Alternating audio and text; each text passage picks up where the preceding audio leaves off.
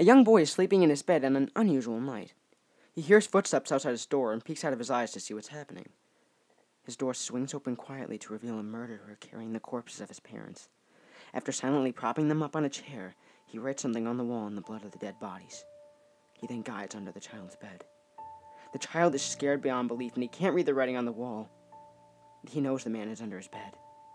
Like any child, he pretends that he slept through the whole thing and hasn't awoken yet. He lays as still as the bodies, quietly hearing the breaths from under his bed. An hour passes, and his eyes are adjusting more and more to the darkness. He tries to make out the words, but it's a struggle. He gasps when he finally makes out the sentence. "I know you're awake." He feels something shift underneath his bed. I was in my bedroom, doing the typical at-home teenager thing, staying up late, digging around the depths of the internet, and generally not paying attention to anything other than what was on my monitor. It was the early morning, around 2 o'clock, and everyone in my house was asleep but me. The room was nice and warm, despite it being in the dead of winter, since we had the windows replaced last week.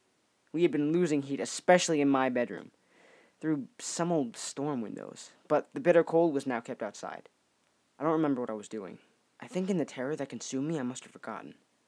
I heard a noise at my window. No, not the sound of a bug flying into it, or the shrubs brushing against it. No.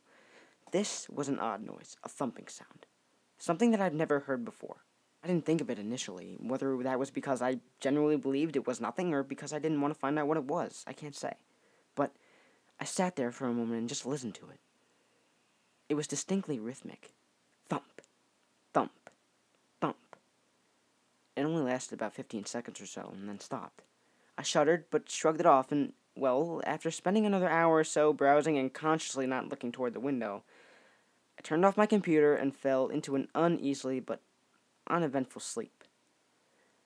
This morning, after the sun had been up for a few hours and things that go bump in the night were doing whatever they do during the daylight hours, I walked to my window and spent a few minutes trying to replicate that sound I heard.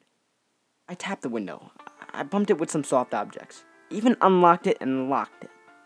But I couldn't for the life of me figure out what made that sound. Nothing I did was even close. I figured that the event had been a fluke, and the day was normal until this evening. My dad arrived home from work and at the usual time and decided that the house was too stuffy. So he came into my room and went to open the window. We're in Texas, so winter evenings are sometimes very comfortable, as was the case today. Never in my life, before that moment, have I genuinely wished to be deaf.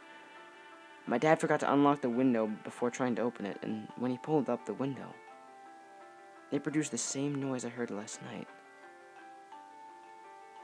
But my window only has handles on the inside.